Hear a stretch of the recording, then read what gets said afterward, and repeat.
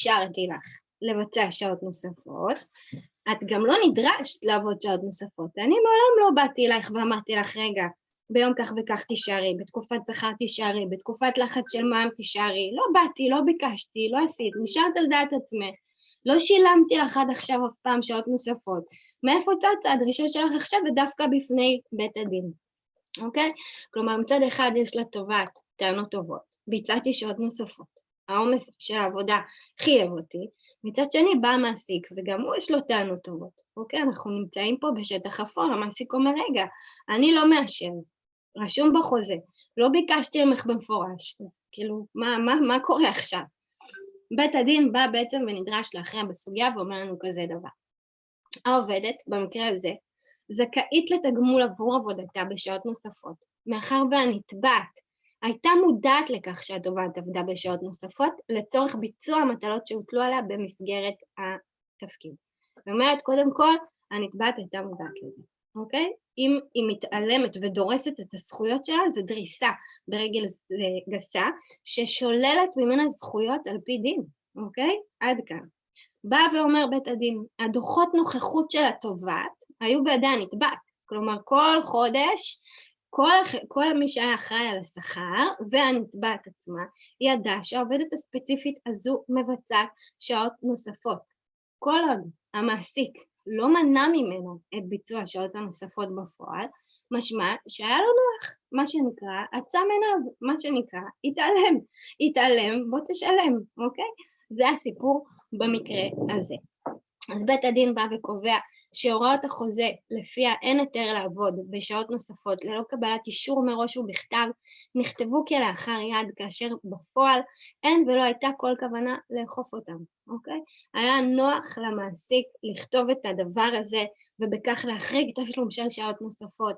המעסיק ידע בעצם שהעובדת הזו מבצעת שעות נוספות מדי חודש, הוא נתן לה עבודה בהיקף כזה שצריכה את ביצוע השעות הנוספות, ולכן כל מה שקורה פה הוא למעשה לטובת העובדת ולטובת כך שישולמו עבורה השעות הנוספות, אוקיי? הוא עוד אומר ומחריף בית הדין את המקרה ואומר שזה בעצם הביצוע של השעות הנוספות על ידי העובדת שירת את הנתבעת, שירת את המעסיק, וחסך לו גיוס של כוח עבודה נוסף, אוקיי? ובאותו מצב הוא גם נח על הסיטואציה, מה שנקרא, הוא לא נקט בהליכים משמעתיים נגד התובעת, הוא לא ביקש ממנה לחדול, הוא היה מודע לכל ההפרות שלה, את הסעיף הספציפי ואת זה שהיא מבצעת שעות נוספות, ולכן בית הדין בא ופוסק שבמקרה הספציפי הזה, כל הנסיבות מקימות חבות וחובה על המעסיק לשלם את השעות הנוספות, ומה שאנחנו לומדים מזה, חבר'ה, זה כזה דבר. הסעיפים שלנו, וכמו שקרא לזה בית הדין, סעיפים והסכמים שנכתבים כלאחר יד. הם בדרך כלל עוברים מעובד אחד לעובד שני, זה הסכמים גנריים, מה שנקרא, והם ככה, ההוראות בהם מועתקות מאחד לשני. אז בא בית הדין ואומר לנו, עד כאן, בואו, צריך לשים לב גם לזה שעומד מולנו עומד מולנו בן אדם מסוים. בן אדם מסוים הזה בא לשרת את בית העסק, אוקיי? אנחנו צריכים תמיד להיות הוגנים, גם כלפי העובד שלנו, אוקיי? עיקרון תום הלב, וגם כלפי בית העסק שלנו. אם היה למעסיק נוח שהעובד הזה יבצע שעות נוספות, באותה מידה הוא לא אכף את האיסור, הוא לא עמד על זה שהעובדת לא תבצע שעות נוספות, נחסך לו להביא עובדים נוספים. בית הדין ואומר, עד כאן, אוקיי? ההוראה הזו היא הוראה שנכתבת ומועתקת מסכם אחד לשני, וכל עוד המעסיק לא אוכף את האיסור, כלומר, האיסור הזה מתרוקן מתוכן, והמעסיק יהיה מחויב בתשלום של השעות הנוספות. עוד מקרה, לפני שאני עוברת לשאלות, עוד מקרה שנידון בפסיקה על אותו עניין, זה במקרה של פסק דין אבי לוי נגד העליון חברה לביטוח בע"מ. גם שם יש לנו מצב של עובד, הוא בעל תואר ראשון במנהל עסקים, הוא משמש כאנליסט בחברת ביטוח, אוקיי? הוא מסיים את יחסי העבודה בין הצדדים והוא אומר, רגע, לא שילמו לי שעות נוספות עד עכשיו. בא בית הדין ואומר, אוקיי, האם הוא זכאי לתגמול בגין עבודה בשעות נוספות שבוצע ללא אישור מפורש של המעסיק. זו בעצם השאלה שעומדת על הפרק במקרה הזה. העובד לא טוען שהמעסיק דורש ממנו לבצע שעות נוספות, אוקיי? הוא לא מקבל, העובד הזה לא מקבל אישור מראש ובכתב מהמעסיק לבצע שעות נוספות. הוא לא מתריע בכל תקופת העסקתו על כך שהוא לא מקבל תשלום בגין השעות הנוספות, ואם הוא נזכר לטעון את זה בסופו של יום, כנראה שהוא סבר כך גם בכל תקופת העסקתו. ובנוסף לכך, במסגרת התפקיד הספציפי שלו, הוא היה אמון על משכורות של עובדי החברה, אוקיי? ובמיוחד של המחלקה הספציפית שלו. אז בעצם, שימו לב מה קורה לנו. יש לנו מקרה שהוא שונה מהמקרה הקודם, של מי שהייתה חשבת שכר, ובעצם הממונים עליה היו יודעים את עומס העבודה, היו מודעים לדוחות נוכחות שלה, היו מאשרים אותה מדי חודש, אבל לא משלמים. במקרה הספציפי הזה יש לנו מצב אחר. יש לנו מצב של עובד, אוקיי? המעסיק לא מבקש ממנו לעשות שעות נוספות, הוא מחריג את זה בהסכם, אוקיי? הוא לא יודע, המעסיק, שהעובד הזה מבצע שעות נוספות, והעובד הזה מעולם לא בא ומעלה את הטענה הזו במהלך התקופה שלו, אוקיי? ברורים השינויים הקטנים בין מקרה למקרה? בואו נראה איך בית הדין מתייחס לזה במקרה הזה. בית הדין בא ואומר שהמבחן שצריך להיות לנו זה לא כמה שעות נוספות העובד ביצע, אוקיי? יכול להיות לנו עובד שיבצע את כל מכסת השעות הנוספות המותרת, ואז מה? הוא יבוא לבית הדין וידרוש בוא תשלם, מעסיק יקר, בוא תשלם את כל השעות הנוספות שעשיתי as is, אז בית הדין בא ואומר לא. אנחנו צריכים להפעיל שיקול דעת והיגיון בריא, אוקיי? המבחן הוא בהתאם לכך לא יהיה כמה זמן נכחת בעבודה, אלא מה עשית בזמן של השעות הנוספות, והאם זה נעשה בהתאם לממונה עליך, אוקיי? יש לנו הרבה מקרים, מצבים שאנחנו נתקלים בעובדים, שככה מנסים מה שנקרא למרוח את הזמן, ומה שהם יכולו לעשות בתקופה קצת יותר קצרה, הם מושכים את זה על פרק היום כדי להגיע לשעות נוספות, אולי הם לא בהכרח ממהרים הביתה, אולי הם בהכרח צריכים יותר כסף, ועומס העבודה, היקף העבודה ומה שהעובד הזה מבצע במהלך היום שלו, לא בהכרח תואמים. אוקיי? ולכן בית הדין בא ואומר לנו ומוציא לנו הלכה כזו. הוא אומר לנו שהעובד לא רשאי להחליט על דעת עצמו, על ביצוע עבודה בשעות נוספות. ולכן יש לבדוק תחילה אם העובד אחד נדרש לבצע שעות נוספות. שימו לב, הוא אומר לנו בית הדין, הדרישה לא חייבת להיות מפורשת. הדרישה יכולה להיות מובנת מכללה, כלומר, להיות מובנת מעצם הנסיבות של המקרה. זה יכול להיות מצב שבו המעסיק דרש את זה באופן עקיף, למשל באמצעות נוהג ארגוני, או למשל יצר תמריצים שמעודדים עובדים לעבוד בשעות נוספות. נניח אם אתה עובד X שעות, אז מאז השעה, לאחר השעה 9:30, לצורך העניין, בניקוי הפסקה, תהיה זכאי גם לתשלום אשל, ו50 שקלים בונוס, אוקיי? שימו לב, מדובר פה בעצם בתמריץ עקיף, שגם אם המעסיק בא ואומר, רגע, אני מצד אחד אוסר על העובד לבצע שעות נוספות, אבל מהצד השני, אני יוצר לעובד תמריץ חיובי לבצע שעות נוספות, אז יש לנו פתאום איזושהי התנגשות שחייב לאזן אותה.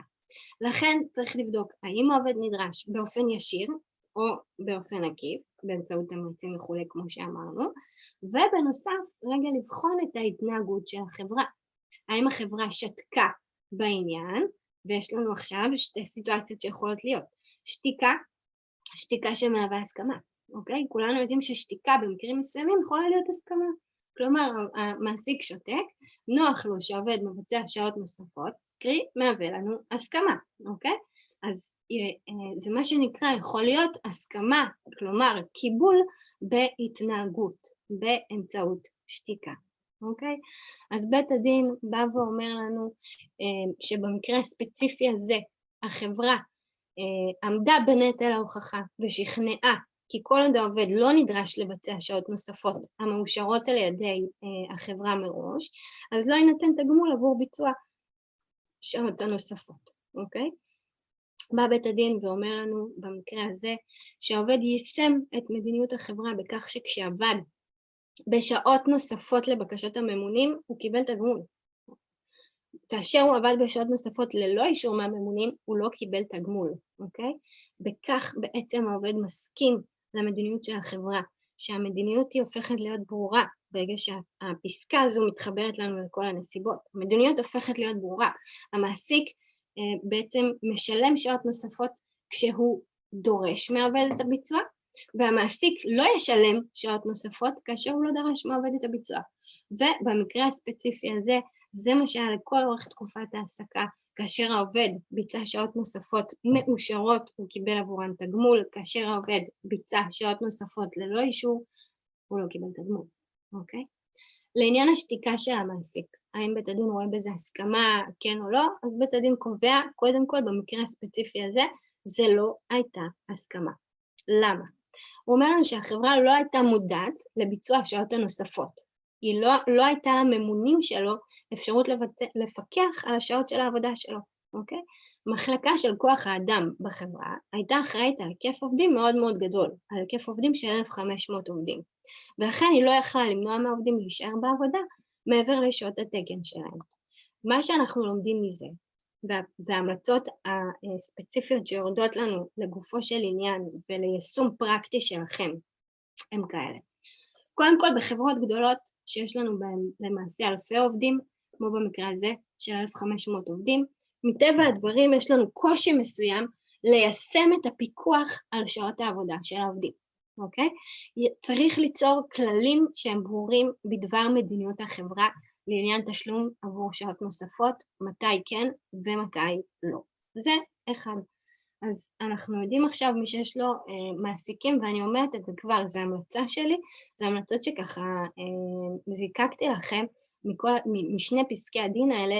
אני אומנם מתייחסת פה לעניין של חברות גדולות, אבל כמובן היישום יהיה גם לחברות קטנות. אם יש לנו מצב שאנחנו יודעים שאנחנו לא נאשר תשלום של שעות נוספות, אנחנו יוצרים נוהל ברור ואוכפים אותו. אוקיי? חברות גדולות כקטנות מבחינתי, same.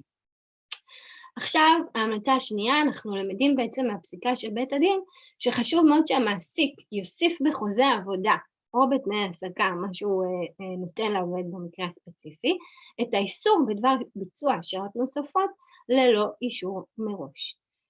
שימו לב, גם כאן נדרשת אכיפה, לא נדרשת שתיקה, לא נדרש לעצום עיניים. השתיקה הזו יכולה הרבה פעמים להתפרש כהסכמה, כאיזושהי נוחות של המעסיק שהעובד הזה בעצם יבצע את השעות הנוספות, אוקיי? אז אנחנו בעצם צריכים להוסיף גם בחוזה וגם בתנאים, בתנאי העסקה, את האיסור. וככה ההמלצה שלי, אם אתם רוצים הגנה נוספת, להחמיר אפילו ולציין את האיסור של ביצוע שעות נוספות, גם בפלט של שעות נוכחות, אם העובדים מקבלים אותו ובעצם נדרשים לחתום עליו, וגם בתלוש שכר. יש לנו הרבה פעמים מקומות שאפשר להעיר כמה הערות בתלוש שכר, שימו לב, תרשמו שהמערכת לכם. כל חודש לרשום שעות נוספות שלא אושרו מראש ובכתב על ידי הממונה, לא מאושרות לביצוע וכפועל יוצא לתשלום. וכך אתם תימנעו מהרבה מצבים שמגיעים לנו לבית הדין, מלא מצבים שמגיעים לנו לבית הדין, ובעצם בית הדין מתחיל לבחון נסיבות, המעסיק ידע, המעסיק לא ידע, העובד נדרש, העובד לא נדרש, תימנעו לזה מראש, תיישמו את כמה המלצות הקטנות האלה, ובאמת יהיה לכם ככה יותר קל. אני עוברת לשאלות שקשורות לנושא הזה, שנייה אחת.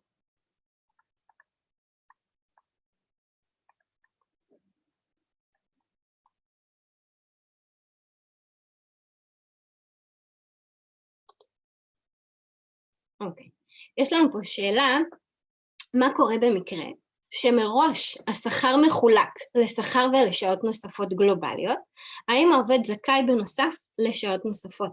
השאלה הזו מעבירה אותי בדיוק לפסק הדין הבא שעליו אנחנו נדבר, אבל אני כבר אומר ואתן את הבריף הקצר הזה. שעות נוספות גלובליות הוכרו בפסיקה לאחרונה, רק בשנת 2018. עד 2018, פסק דין קסטנר, הפסיקה אסרה על ביצוע שעות נוספות גלובליות, אוקיי? אנחנו הרבה פעמים רואים בתלושי שכר שלנו חלוקה תלושי שכר שאנחנו מבצעים, או של חבר'ה אחרים בחברה, אנחנו רואים שעות שכר יסוד, בסיס, משכורת, ובנוסף לכך אקסטרה של שעות נוספות גלובליות. אז שוב אני אומר, ההלכה הזו היא רק מאמצע שנת 2018, והיא ככה כן מאשרת את הביצוע של שעות נוספות גלובליות. נדרש שתהיה התאמה, הלימה, בין שעות הנוספות שמבוצעות בפועל, לבין השעות הנוספות שמבוצעות באופן גלובלי בתלוש. מה זה אומר? אם יש לנו עובד שהוא מבצע 5 שעות נוספות מדי חודש, אבל המעסיק בא ומשלם לו 30 שעות נוספות. למה? הרבה פעמים זה נובע ממצב של שכר כולל, שאנחנו קצת מפצלים אותו והפסיקה אוסרת על זה, תכף נגיע לזה. הרבה פעמים בא המעסיק, סוגר עם עובד מסוים 12,000 שקל משכורת, ומתחיל לחלק אותה 10,000 שעות משכורת רגילות ו2,000 שקלים עבור שעות נוספות. בפועל העובד או שהוא מבצע מעט מאוד שעות ואין שום התאמה, או שהוא מבצע יותר וגם לשם אין התאמה.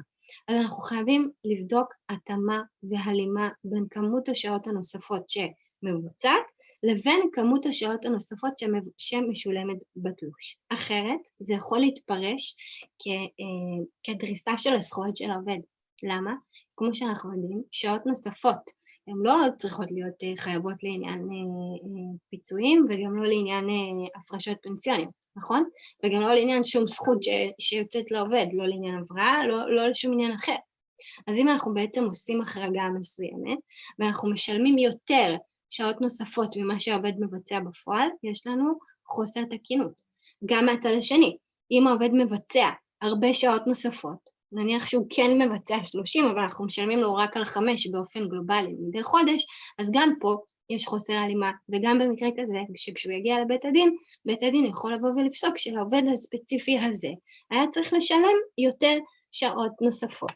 ולכן התשובה שלי היא כזו, אם אתם נותנים שעות נוספות גלובליות, לפני שאני עוברת לפסק דין הבא שבו אנחנו נדבר עליו בהרחבה, אנחנו חייבים להיות מאוד מאוד זהירים ולשים לב להלימה בין השעות. הייתי ממליצה ואף מחמירה, במיוחד אם יש פחות ניסיון עם כל העניין הזה של שעות נוספות באופן גלובלי, לעשות מעקב רבעוני או של שלישונים לפחות, ולבדוק בכל מצב נתון האם יש לנו הלימה לפחות כמה עובדים מדגמית, כדי לראות שאתם לא חורגים מזה, אולי כל חודש לקחת כמה עובדים מסוימים, ולסדר בתלוש שכר את ההלימה בין השעות מבוצעות בפועל, שעות נוספות מבוצעות בפועל, לבין שעות שמשולמות בתלוש, כדי לא ליצור אחר כך פרצות ומקור לתביעות כאלה ואחרות. בואו נראה עוד. לשאלה ששואלת אותי ורד, אם יש דוח נוכחות והמעסיק רואה שהוא עשה שעות נוספות, אנחנו בעצם לומדים מכך, ותכף אני אעבור לשאלה של מיכל, שמה ההבדל בין שני פסקי הדין. אם יש לי דוחות נוכחות והמעסיק רואה שהעובד עשה שעות נוספות, מהצד השני הוא גם אוסר על עובד לבצע שעות נוספות. מה אנחנו לומדים מכך? 1, אסרתי כדי לא לשלם. 2, אני רואה שהעובד מבצע, אז אני לא משלם לו, כי אסרתי, כמה נוח, אוקיי? בעצם המעסיק פוגע ודורס ברגל גסה את הזכויות של העובד. במקרה כזה, אם המעסיק רואה שהעובד מבצע שעות נוספות, יש כמה דברים שחשוב מאוד מאוד לעשות. 1, נוהל ברור, להפיץ אותו לכל עובדי החברה, לשלוח מייל, אוקיי? אם חוזה העסקה לא מספיק. לשלוח מיילים 6 שעות נוספות ללא אישור מראש ובכתב מהממונים לא מאושרות. כמו שאמרתי, לא רק בחוזה, לא רק במייל, גם בשעה נוכחות אם העובד מקבל את הפלט שלו, וגם בתלוש השכר להוסיף הערה. אם המעסיק רואה שהעובד מבצע שעות נוספות, אבל עדיין מתעלם מהביצוע שלהם ולא משלם לו, שיבצע איסור, ממש יבצע איסור. עובד יקר, אני לא מאשר את זה, יכול להיות הוא יאפשר אולי איזה תשלום חד פעמי, בשביל ככה לחפות על איזה חודש מסוים אחד, עד שהוא ככה מוציא לפועל את הנוהג החדש, או את הנוהג שקיים בעסק והעובד לא יודע עליו, אבל ליצור איזושהי התאמה. אנחנו נמצאים במקום עבודה. סך הכל מקום עבודה, המעסיק רוצה לקבל תמורה, אם יהיה לו עובד ממורמר, כי העובד בעצם לדעתו מבצע שעות נוספות והעבודה מחייבת והמעסיק לא ישלם לו, יהיה לנו פה איזשהו חוסר איזון וחוסר תיאום ציפיות בין הדרישה של המעסיק לבין התפוקה של העובד, אוקיי? העובד יבוא ויגיד, מה, אני עובד כל היום, אני לא רואה את הילדים שלי, אני נותן כל כך הרבה שעות נוספות, מהצד השני המעסיק לא נותן לי. אז גם יש פה דריסה של הזכויות, גם יש פה מרמור מצד העובדים, דברים שאנחנו לא רוצים להגיע אליה. לכן תמיד ליצור נוהל, לפרסם אותו כמו שצריך, ולבצע אכיפה שלו. אם לא תהיה אכיפה שלו, כל הנוהל הזה ירד בעצם לטמיון, הוא יתמסמס, הוא יתרוקן ויהיה ריק מתוכן. לשאלה של מה ההבדל בין שני פסקי הדין, אז אני אומר. הפסק דין הראשון עסק במקרה שבו, קודם כל בואו נתחיל מהזהות בין שני פסקי הדין, יהיה לכם יותר קל להבין. בשני המקרים, בשני פסקי הדין, המעסיק אוסר על ביצוע של שעות נוספות, והעובד מבצע שעות נוספות, שניהם בסופו של יום מגיעים לבית הדין ואומרים, רגע, לא שילמו לי, אוקיי? זה זהות והיא ברורה מאוד מצד שניהם. איך אנחנו נופלים לתוך הסיטואציה ולמה הפסיקה ביניהם הייתה שונה? במקרה הראשון הייתה ידיעה של הממונים עליה, אוקיי? חשבת שכר, ביצעה שעות נוספות, העבירה את הדוחות נוכחות כל חודש למעסיקים שלה. המעסיקים ראו כל חודש את השעות נוספות שהיא מבצעת, ובנוסף גם היה עומס עבודה בלתי הגיוני, כזה שבאמת חייב אותה לבצע שעות נוספות. אוקיי? זה אחד. במקרה השני, וזה ההבדל הגדול, אומר לנו ככה, יש לנו חברה עם 1,500 עובדים. המעסיקים לא היו מודעים לשעון הנוכחות, אוקיי? המעסיקים בכמות כזו גדולה של עובדים לא יכולים לבצע אכיפה של כל שעות הנוכחות האלה, אוקיי? בנוסף, לא רק זה, העובד הספציפי הזה היה אחראי על השכר של כל עובדי המחלקה שלו, כולל על השכר שלו. הוא לא הביא לידיעת הממונים עליו את השעות הנוספות החריגות במהלך כל העבודה. אם זה לא מספיק, בא בית הדין ואומר, כשהממונים דרשו מהעובד לבצע שעות נוספות, הוא ביצע וקיבל תשלום. כשהממונים לא דרשו מהעובד לעשות שעות נוספות, הוא החליט מהצד שלו לבצע אותם, הוא לא קיבל תשלום, אוקיי? יש פה מדיניות שהעובד בעצם קיבל את המדיניות הזו בהסכמה בהתנהגות שלו, ועכשיו זה שהוא בא אחרי סוף תקופה ואומר, רגע, המדיניות הזו היא לא כל כך מתאימה לי, ועכשיו אני רוצה לקבל, מצטערת בפני בית הדין, כמשהו שדווקא בא רועץ כלפיו. אז זה ככה ההבדל שלנו. בואו נראה, אני עוברת איתכם דווקא, אני רואה שיש פה עוד מלא שאלות שהן סופר יפות, אני באמת אשתדל ככה לענות על כולם, אני רואה שהם נכנסים למצב של שעות נוספות גלובליות, ולכן מה שנעשה זה לפני כן, אני רגע אחפש אקדים קצת את המאוחר ונחפש איזשהו פסק דין שהוא מתקשר לשעות נוספות ועובדים גלובליים. אוקיי. פסק דין ינאי ריין נגד הומטקס רעשן בע"מ, אוקיי? זה פסק דין של בית הדין הארצי לעבודה, גם כן הלכה שהיא מחייבת. יש לנו פה מצב של עובד שהוא עובד גלובלי. עובד שהוא עובד גלובלי ופתאום בא וטוען, רגע, המעסיק לא שילם לי שעות נוספות. רגע נעמוד על הדיוקים מה זה בכלל עובד גלובלי ומה זה עובד חודשי, אוקיי? יש לנו לפני הדיוקים האלה, כמובן יש לנו את העובדים השעתיים, העובדים היומיים, אנחנו עושים עליהם איזושהי בדיקה כל יום, כמו שצריך, האם לשלם שעות נוספות, כן או לא. בנוסף לכך יש לנו עובדים גלובליים ועובדים חודשיים. עובדים חודשיים זה עובדים שאנחנו כן בודקים את תלוש השכר שלהם אל מול את אופי המשכורת שלהם, אל מול השעות הנוספות שהם מבצעים, וברגע שהם מבצעים שעות נוספות מעבר למה ששולם להם, גם אם זה בחלוקה מסוימת של משכורת רגילה ושעות נוספות, הם יהיו זכאים לתשלום של שעות נוספות. שכר גלובלי זה הרבה פעמים מצב של יותר, למשל משרות שהאמון שנדרש בהם הוא כזה גבוה שכל הנוכחות בעצם מתרוקנת מתוכן, יש לנו שם אולי חלוקה של שכר יסוד בשעות נוספות, תלוי מה המקרה, ובעצם אין זכאות נוספת לתשלום של שעות נוספות מעבר למה שיש או שאין בתלוש השכר, אוקיי? בא לנו פסק דין ינאי רן, ומתייחס בדיוק לסוגיה הזו.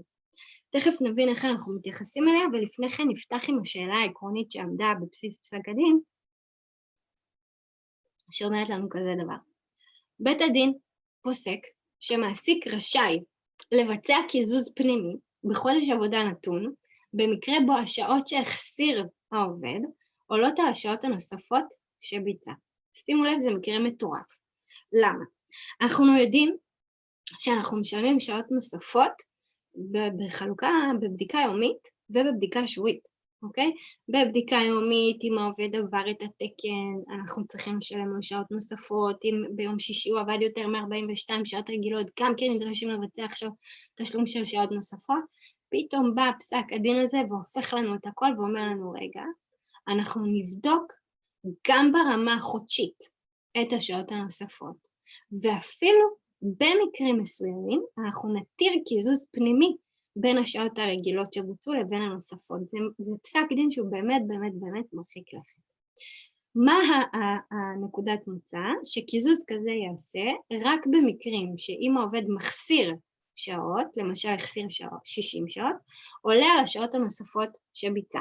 אם העניין הוא החסיר 60 שעות והוא ביצע 50 שעות נוספות, קרי השעות שהחסיר גבוהות מהשעות הנוספות שהוא ביצע, ולכן יהיה לנו איזשהו קיזוז פנימי של 60 חוסר פחות בקיזוז 50 נוספות, יהיה לנו רק 10 שעות רגילות. זה מטורף לגמרי, צריך להיות מאוד מאוד זהירים עם זה, ובואו נראה איך אנחנו מיישמים.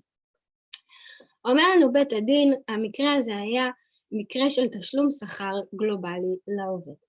כשמדובר בשכר גלובלי, נטיית המעסיק היא לא לשלם לעובד את התגמול עבור שעות נוספות, ובנוסף, לנקות משכר העובד את שעות עבודה שהחזיר. כלומר, גלובלי, סוג של אכלת אותה. למה? כי בדרך כלל השכר שם אולי הוא מתחיל טיפה יותר גבוה, אולי הוא יותר אמון. אם עשית יותר, אתה לא מקבל מעבר. אם עשית פחות, בוא ננקה לך את החוסר, אוקיי? מהמם. שני הצדדים במקרה הזה טעו לחשוב שמדובר בשכר גלובלי, ולכן הם לא ערכו תחשיב אריתמטי של השעות. מה זה אומר? היעדר ניכוי שעות העבודה שהחסיר העובד, נבע אך ורק מהנחה שגויה זו, ולא בשל הטבה שניתנה לעובד. כלומר, השעות שהעובד הזה החסיר בעצם לא באו לידי ביטוי. למה? כי המעסיק טעה לחשוב, וכך גם העובד, שאופן השכר של העובד יהיה מבוצע באופן גלובלי, ולכן היה לנו שם איזושהי התנגשות שהיה צריך לאזן אותה. בא בית הדין ואומר ככה, שאלה המשפטית שמונחת בפניי, היא האם יש לבודד את ימי העבודה בהן עבד העובד בשעות נוספות, או לחילופין, יש לבחון כמכלול את מספר השעות החודשי עבורן שולם השכר. חשוב להדגיש שנדרש לבחינת השאלה רק כאשר ערך השעה מתיישב עם הוראות סעיף 5 לחוק הגנת השכר, האוסר על תשלום שכר כולל, איסור שכר כולל. כולנו מכירים את סעיף 5 שאומר לנו, לחוק הגנת השכר כמובן, שאומר לנו ששכר עבודה לא יכלול תשלום גם בעד שעות רגילות וגם שעות נוספות, אלא אנחנו ככה צריכים להפריד ביניהם, וערך של שעה רגילה היא כמובן לא זהה לערך של שעה נוספת. שימו לב איזה קונסטלציה משוגעת בית הדין עוסק. הוא אומר לנו ככה, במקרה הספציפי הזה, שולם לעובד שכר כולל בסך של 7,000 שקלים נטו. התשלום הזה היה עבור שעות רגילות ושעות נוספות ביחד. כלומר, נתן לו איזשהו שכר גלובלי. אם אתם שואלים אותי, אני לא ממליצה לעשות בצורה הזו תלושים, אני תמיד מציעה לפצל אותם, כמובן במידה שהשעות הנוספות הן לא פיקציה התלוש, ושהן באמת מבוצעות בפועל. תכף אני אסביר על זה. ואומר לנו ככה, בית הדין מחלק את השכר הכולל, את כל ה-7,000 שקלים בנטו, גם עבור השעות הרגילות וגם עבור השעות הנוספות, הוא מחלק אותם דאז ב-186 שקלים, כי זה עדיין מה שמחייב לנו החוק, אוקיי? הוא עדיין לא אומר 182, ומכאן הוא גוזר את תעריף השעה הרגילה ותעריף השעה הנוספת. הוא אומר לנו ככה שהתחשיב הזה הוא לא מנוגד לסעיף 5, מכיוון שערך השעה מחושב על פי המנה המתקבלת, מחלוקת השכר הכולל ב-186 שעות. וככה בית הדין בעצם מטיב עם העובד, הוא מחלק את כל ה-7,000 ב-186, אוקיי? הוא מקטין בעצם, אחד, הוא מגדיל את ערך השעה הנוספת, ושתיים, הוא מקטין את תכולת השעות הנוספות שנכנסות לו בתוך החישוב הזה. ולכן הוא אומר שדווקא במקרה הזה, החישוב הזה הוא בא לטובת העובד. רגע, קצת קפצה לי המצגת. אומר לנו ככה, בית הדין בא ואומר שבמקרה הספציפי הזה, וכן אנחנו לומדים על זה להלכות הבאות, אבל שימו לב סופר בזהירות, ואם אתם צריכים אפילו להתייעץ צריך ליישם את זה, אז בשמחה תשאירו שאלות ואנחנו נענה על זה. ניתן לקזז את השעות שהעובד החסיר בחודש, אם הן עולות על השעות הנוספות שביצע, וגם פה הוא נותן לנו את הדוגמה שנתתי, שאם בחודש מסוים עובד החסיר 60 שעות עבודה, אבל מנגד הוא מבצע במהלך החודש 50 שעות עבודה נוספות, בית הדין מתיר בצד תקדימי לקזז את השעות החסרות מהשעות שבוצעו ביתר. כך השעות הנוספות יהיו 10 שעות בלבד. כל זאת, מאחר שמדובר בחישוב שאינו סותר את הוראת סעיף 5 לחוק הגנת השכר. במקביל, הוא דוחה את הטענה של המעסיק. שימו לב, המעסיק, אם כל זה לא הספיק לו וכל זה היה סופר לטובתו, אומר לנו שאפשר גם לקזז, המעסיק בא לטעון ואומר, רגע, לא מספיק לי קיזוז רק באותו חודש, אני רוצה לקזז גם בין חודש ינואר לחודש אחר, כלומר, חודשים על פני כל השנה. אז בא בית הדין ואומר לו, רגע, ידידי היקר, עד כאן מה שנקרא, אנחנו לא מאפשרים קיזוז גם בין חודשי העסקה שונים, כלומר שמאותם חודשים בהם קיים חסר בתשלום גמול שעות נוספות, יש לקזז את היתר ששולם, בחודשים אחרים לא יקרה. מה אנחנו לומדים מזה ומה אנחנו יוצאים מזה הלאה? אחד, בא בית הדין ובעצם מתיר לנו לבצע קיזוזים מיוחדים בשכר גלובלי של העובד. כל ההלכה הזו היא רלוונטית רק בעבור עובדים גלובליים. היא רלוונטית רק בעבור עובדים שלא מדובר על המקרה של חלוקה בין שכר יסוד לבין שעות נוספות, אוקיי? המקרים האלה שצריכים לקרות בעיניי הם מקרי קיצון, ואני אסביר למה. ראיתי גם באחת השאלות שנשאלו שמקובל בעובדי הייטק או בעובדים מסוימים לקבל חוזה העסקה מסוים, או נניח לקבל עובד לעבודה, להגיד לו אני סוגר איתך 15, ואז מחלקים את זה. מחלקים את זה ל-12 שעות רגילות, 12,000, וכל השאר נכנס לנו בנוספות, האם חוקי, האם לא חוקי. הכל פה עניין של משא ומתן, אוקיי? אם אופן התשלום יהלום את שעון הנוכחות, את כמות השעות הנוספות שמבוצעות, אין פה שום עניין שהוא לא חוקי. יש פה אולי עניין של חוסר תיאום ציפיות אל מול העובד. שהעובד חשב שהוא יקבל את כל ה-15 רגיל, ואם הוא יבצע שעות נוספות, אז הוא יקבל על זה שעות נוספות. אז כל זה עניין של איך אנחנו מדבררים את התשלום לעובד, ואם העובד אולי לא שאל שאלות, אז לפעמים אנחנו ככה מסיקים שאפשר להתקדם לדרך ולבצע תלוש שכר, אלא אם כן יעלו דברים לאחר מכן. אז עניין של חוסר חוקיות אין פה, יש פה עניין של איך אנחנו מנהלים את זה, את תיאום הציפיות הזה אל מול העובד, אוקיי? ולמקרה הספציפי הזה, למה אמרתי שאני ככה די נזהרת מלהגדיר עובדים כעובדים גלובליים בלבד. אחד, עובדים גלובליים זה מדובר במצבים באמת של משרות אמון בדרך כלל. אוקיי? הרי מה קורה? חוק שעות עבודה במנוחה בא ואומר לנו, אנחנו צריכים להחתים עובדים על שעון נוכחות. אם לא החתמנו, סימן שיש לנו פה אמון סופר סופר סופר מיוחד. זה בדרך כלל משרות מנכ"ל או סמנכ"ל, או מאוד מאוד מאוד מדורגים ובדרגה מאוד מאוד גבוהה, וקרובים לצלחת. לא כל פעם שאנחנו נגדיר בחוזה מסוים שהעובד הזה הוא עובד במשרת אמון, זה יתפוס לנו. ואז למה אנחנו יוצרים לעצמנו למעשה פתח לסכנה. כי אם העובד הזה הוא עובד ברמה גבוהה מסוימת, כתבנו לו בחוזה עבודה שהוא במשרת אמון, אבל בפועל מה זה גרם לנו? לא לשלם לו בתלוש השכר שעות נוספות, ואם נפתח שעה נוכחות, אנחנו נגלה שהוא ביצע, ואם נסתכל על אופי התפקיד שלו, על מהות התפקיד שלו, אנחנו גם נגלה שהוא לא במשרת אמון. עובד כזה יכול בקלות ללכת לבית הדין, לומר שלא שולמו לו השעות הנוספות, והעובד ימצא את עצמו בבעיה. לכן אני באמת מציעה להיזהר מהמקרים האלה, ובואו נעבור ככה לכמה שאלות.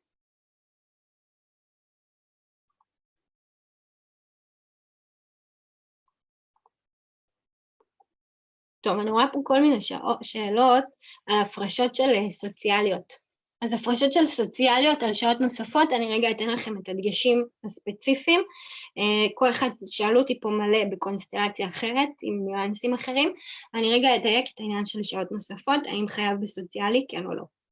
קודם כל, מה שחייב לנו בסוציאלי, קרי הפרשה לפנסיה, או קרי זכויות כמו הבראה וכל מה שיוצא לנו מתלושי השכר, זה רק הרכיבים שמובאים לנו בתקנות פיצויי פיטורים, או רכיבים קבועים ופיקטיביים.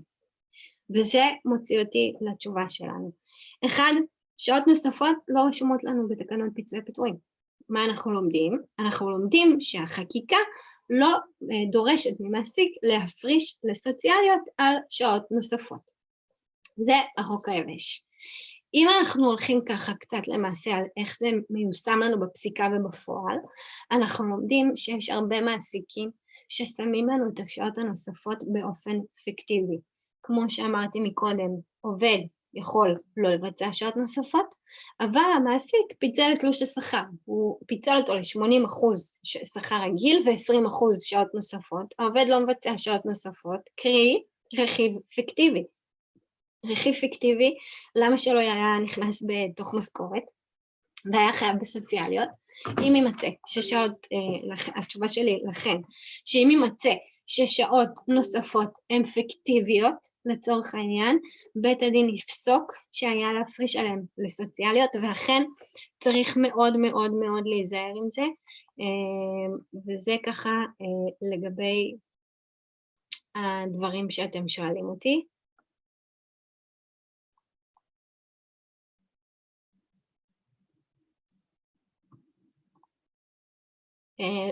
לעניין השאלה, האם מעביד יכול להכריח לעשות שעות נוספות וכמה, אז קודם כל, מעסיק לא מכריח שום דבר, אוקיי? יש לנו פה בעצם שני צדדים לעבודה, אוקיי? יש לנו מעסיק ויש לנו עובד. מעסיק יכול לדרוש משהו מסוים, ועובד יכול לסרב למשהו הזה, או באותה מידה להגיד, וואלה, מתאים לי. מתאים לי לעשות א', מתאים לי לעשות ב', מתאים לי גם לבצע שעות נוספות, זה מגדיל לי את השכר, אוקיי? מעסיק לא יכול לבוא ולהכריח עובד בסיטואציה מסוימת, לבוא ולעשות שעות נוספות, כי עובד תמיד יכול להתנגד לזה ולהגיד עד כאן. הוא יכול לבקש יפה, אבל אין איזושהי חובה חוקית. מה כן יש לנו? יש לנו הרבה פעמים שאופי העבודה הוא כזה שדורש שעות נוספות, כמו למשל אופי העבודה של רופאים. אוקיי? אנחנו יודעים שיש שם העניין עם רופאים, מתמחים, מה שזה לא יהיה שם, שאנחנו יודעים שאופי התפקיד הוא כזה שבמהותו מצריך מהעובד לבצע שעות נוספות. במצב כזה יש הכרח built in כפועל יוצא מאופי העבודה לבצע שעות נוספות. הרצאות עד 7 בערב. מה? הרצאות עד 7 בערב. הרצאות עד 7 בערב, זה גם נכון, אבל זה מתוך רצון טוב. בסדר, אז שוב, אנחנו צריכים לבחון את שני הצדדים, האם יש לנו דרישה הולמת, האם יש לנו מענה מהעובד חיובי או שלילי, ולראות איך אנחנו מתקדמים עם זה. ולגבי מקרים מסוימים שיש לנו אפילו איסור, אני אהפוך את השאלה, כי לגבי דרישה וחובה, אז המקרים שלנו הם ככה מאוד מאוד מאוד צרים, נוגע לנו באופן אופי העבודה, אבל לגבי איסור, דווקא איסור יש לנו הרבה איסורים על ביצוע שעות נוספות. קרי למשל, עובדת שהיא בהיריון מעבר לחודש חמישי, נדרשת גם הסכמה שלה, גם אישור של רופא בכתב, בסדר? אז יש לנו כל מיני מצבים שאוסרים לנו, יש לנו כמובן את ההיתר של החוק, שהוא מגביל X שעות נוספות מדי יום, X שעות נוספות מדי שבוע, X שעות נוספות מדי חודש, אוקיי? מיכל שואלת, האם חייב להיות רשום בחוזה את כמות השעות הגלובליות, ואם כן, מה קורה כאשר עובד עובר את השעות? אוקיי, אז לשאלתה של מיכל, שאלה מצוינת. אני תמיד בעד לרשום בחוזה את כל מה שאפשר לרשום, ויוציא אותנו מפינות עתידיות. אם אני יודעת שנתתי לעובד 2,000 שקלים שעות מסוימות, ו2,000 שקלים האלה מכסים לי 15 שעות נוספות בלבד, אז אני יכולה לרשום את זה בחוזה, אוקיי? במצב שלא רשמתי את זה בפועל, ואנחנו נגיע לבחינה מסוימת, לבחינת יחסי עבודה, או אפילו למקרה של דרישה מצד העובד, ואנחנו נראה שהעובד הזה יגיד, רגע, אושר לי רק 15 שעות, אבל אני בעצם מבצע יותר שעות, אוקיי? מה יצא? המעסיק יצטרך לשלם לו אותם.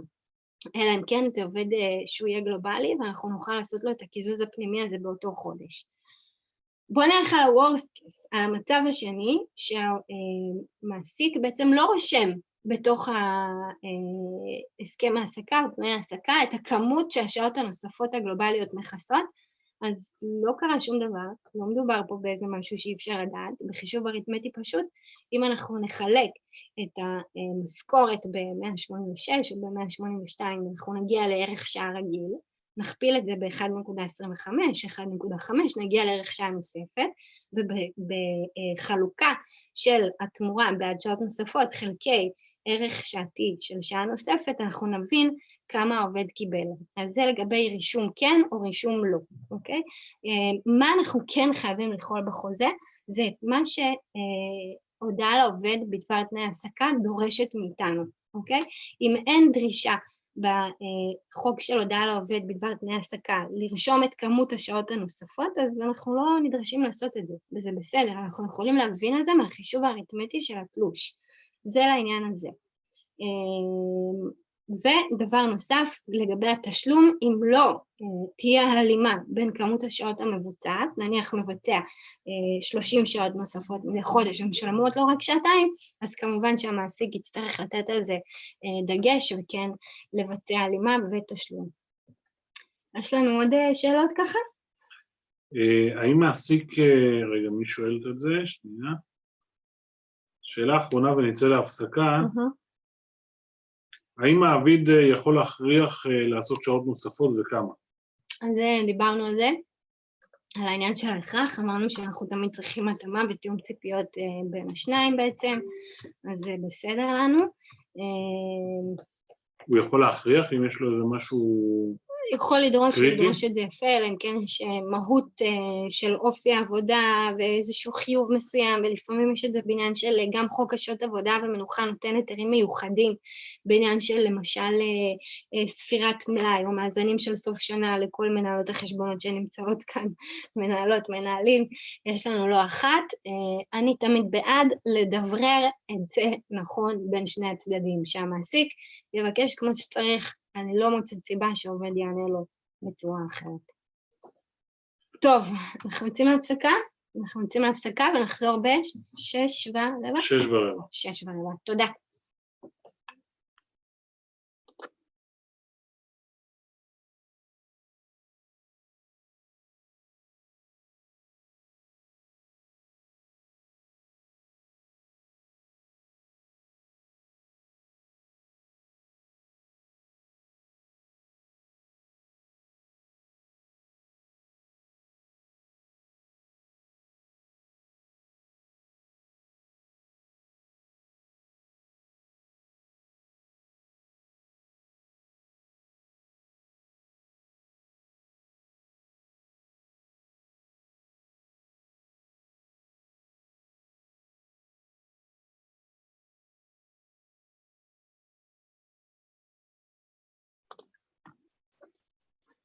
טוב, שומעים אותי? יופי. אני עוברת לנושא הבא שלנו, הנושא הזה יעסוק בקיצור שבוע עבודה במשק ל-42 שעות. חלק מהשאלות שהגיעו ככה בשאלות שהעברתם בשעה האחרונה, נגעו המון לעניין של קיצור שבוע עבודה במשק. אז בואו רגע נעשה סדר לגבי כל הסיפור הזה של קיצור, מתי כן, מתי לא, איך זה חל ובאיזה אופן. קודם כל, עד לפני הקיצור, זאת אומרת עד לחודש אפריל 2018, אפריל שאני אומרת, אני מחריגה אותו, זה עד סוף מרץ 2018, שבוע עבודה במשק היה בין 43 שעות שבועיות, אוקיי? מעבר לזה היינו צריכים להתחיל לשלם שעות נוספות ביום שישי. השעות השבועיות שאני מדברת עליהן הן כמובן שעות רגילות ללא שעות נוספות. יצא צו שמקצר את שבוע עבודה ל-42 שעות, כלומר מ-43 ירדנו ל-42 באופן הבא. קודם כל על מי הצו הזה חל? הוא אומר לנו ככה, הצו הזה יחול על עובד שהוא באמת מועסק מעבר ל-42 שעות שבועיות. איך הוא יחול עליו? הוא יחול בצורה הבאה. אנחנו נוציא יום אחד בשבוע, שהוא יום מוגדר וקבוע מראש, שיהיה יום מקוצר. לצורך העניין, אם מעסיק עובדים 8.6 שעות ביום, מראשון עד חמישי, יוצא לנו מצב שבהתאם לקיצור שבוע עבודה... לא שומעים אותו. לא שומעים אותי? לא שומעים? אתם שומעים אותי? מה? אני לא ענות.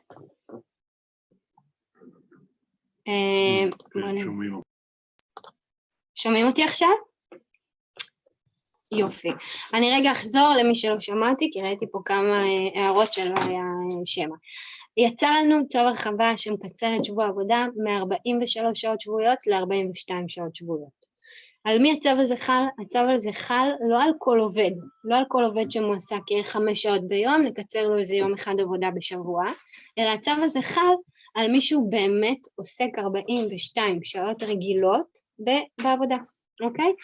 אומר לנו הצו, מעסיק צריך להגדיר יום מוגדר, יום אחד קבוע בשבוע, שיהיה יום עבודה מקוצר.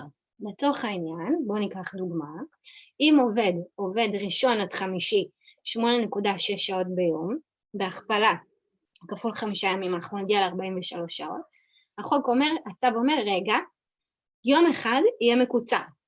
תיקחו יום אחד, שהוא במידת האפשר, קבוע, על פי צורכי עבודה, ולהתחשב איכשהו בצורכי העובד, ותגדירו אותו על שעה אחת פחות. לצורך העניין, יום חמישי, יום שהוא נוח לכולם, נניח שאין לחץ מסוים ביום חמישי בבית העסק, מתאים גם לעובד, אנחנו נעשה מצב שאנחנו מגדירים את יום העבודה מראשון עד רביעי על 8.6 שעות רגילות, ויום חמישי יהיה יום מקוצר של 7.6 שעות רגילות.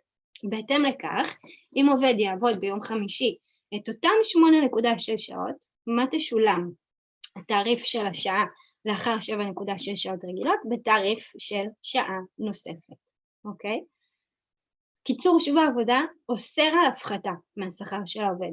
יש לנו למשל עובדים גלובליים שהיה אצלם איזשהו שינוי, עובדים גלובליים חודשיים עם שכר קבוע, לא שכר שעתי או יומי. אנחנו לא מקצצים להם בשכר, גם אם אנחנו מורידים את השעה. השעה הרגילה הזו תהפוך להיות לנו להפך בתעריף של שעה נוספת, אוקיי? איך הפסיקה מתייחסת לעניין הזה לגבי שכר המינימום? שכר המינימום השעתי נקבע לנו על פי חוק שכר מינימום. חוק שכר מינימום אומר לנו ככה, שכר מינימום חודשי הוא 5,300. איך אנחנו נגיע לשכר השעתי? אנחנו ניקח את ה-5,300 ונחלק אותם ב-186 שעות עבודה לחודש, אוקיי? עכשיו, מה קורה? יש לנו צו ההרחבה.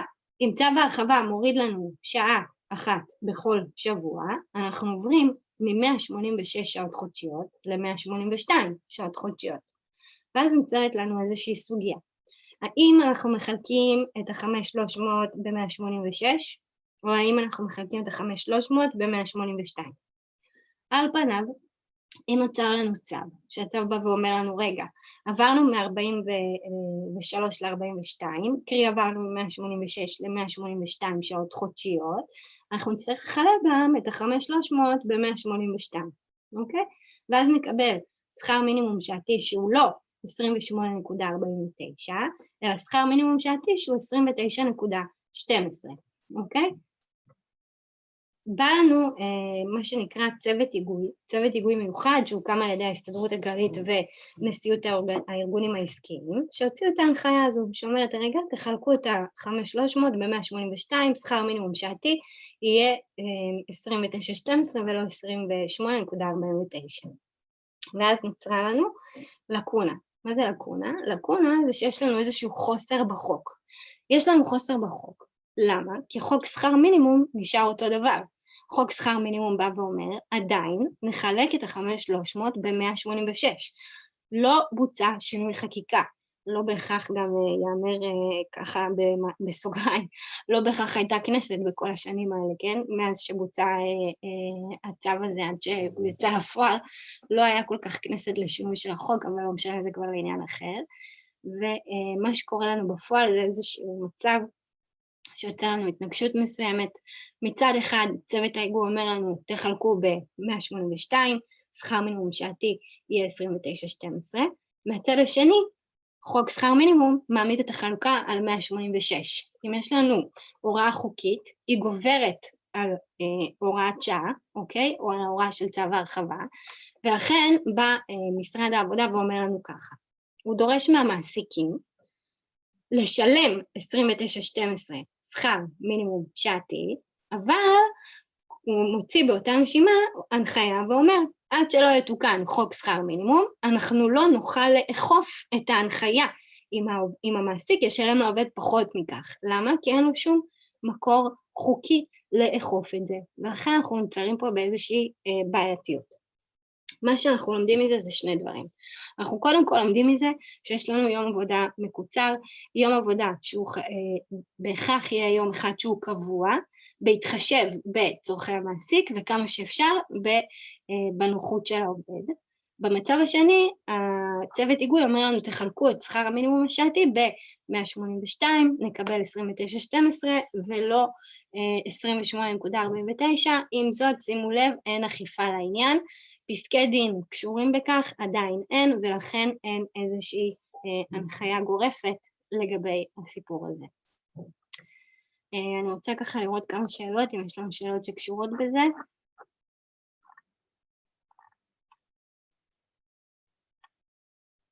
טוב, יש לנו פה את השאלה הזו. מה קורה אם העובד עובד מעל 9 שעות בכל יום, 5 ימים ועוד 6 שעות בשישי? אז קודם כל הבחינה שלנו נעשית בשתי רמות. הבחינה נעשית כמובן קודם כל ברמה היומית. ברמה היומית בניכוי הפסקה, אם יש הפסקה, ההפסקה לא נספרת לנו בחישוב הזה, אנחנו נוכל להעמיד את יום העבודה כזה שבשעות הרגילות שלו הוא לא יעבור את ה-8.6, אוקיי?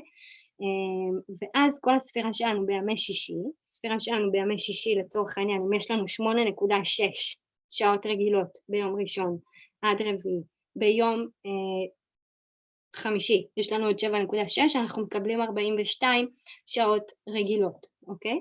ביום שישי, כאשר אנחנו מתחילים את יום שישי, אנחנו מתחילים את יום שישי שכבר כולו נספר בשעות נוספות. כולו יספר לנו, השעתיים הראשונות יהיו ב-125% ו4 השעות הנוספות יהיו במצב של 150%, זה מה שקורה לנו עם תעסוקה כזו. שאלה נוספת שעולה לנו, מה לגבי משרת אם של 8 שעות ביום? אם יש לנו משרת אם של 8 שעות ביום, ואני מניחה שהשאלה התכוונה לראשון עד חמישי, שימו לב, אם נכפיל 8 שעות ביום, כפול 5 ימי עבודה בשבוע, אנחנו נקבל 40 שעות בלבד. 40 שעות שבועיות לא מקימות לנו בסיס להחלת שבוע עבודה מקוצר, כי שבוע עבודה מקוצר יחול על עובדים שעובדים 42 שעות ומעלה. במקרה הזה של מישהי שהיא משרת אם 8 שעות ביום, אז היא תמשיך לעבוד 8 שעות ביום ואין לנו התעסקות עם השבוע עבודה המקוצר. שאלה נוספת ושאלה מצוינת שעולה לנו, האם אפשר לעדכן לכלל העובדים את שעות העבודה בשבוע, 42, כלומר 42 שעות שבועיות, חלקי 5 ימים בשבוע, שווה 8.4 לכל יום עבודה ולא יום אחד מקוצר, אז התשובה היא לא. התשובה היא שהמחוקק בחר באופן חד משמעי, שיהיה לנו יום עבודה מקוצר אחד בשבוע, אוקיי? יום עבודה מקוצר אחד אומר לנו שהחלוקה תהיה לא 0.2 הורדה בכל יום, אלא יום אחד שתהיה בו שעה שכולה תהיה מופחתת, אוקיי? זה לגבי השאלה הזו. ואני רוצה שנעבור ככה לנושא שהבטחתי לכם לדבר עליו. דקה אחת.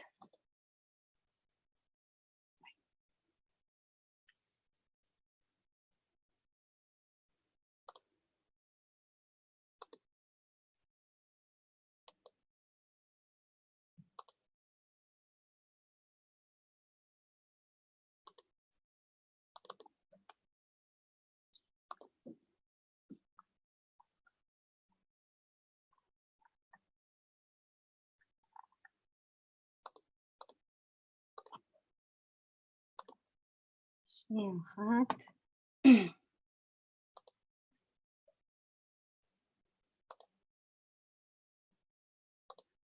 טוב.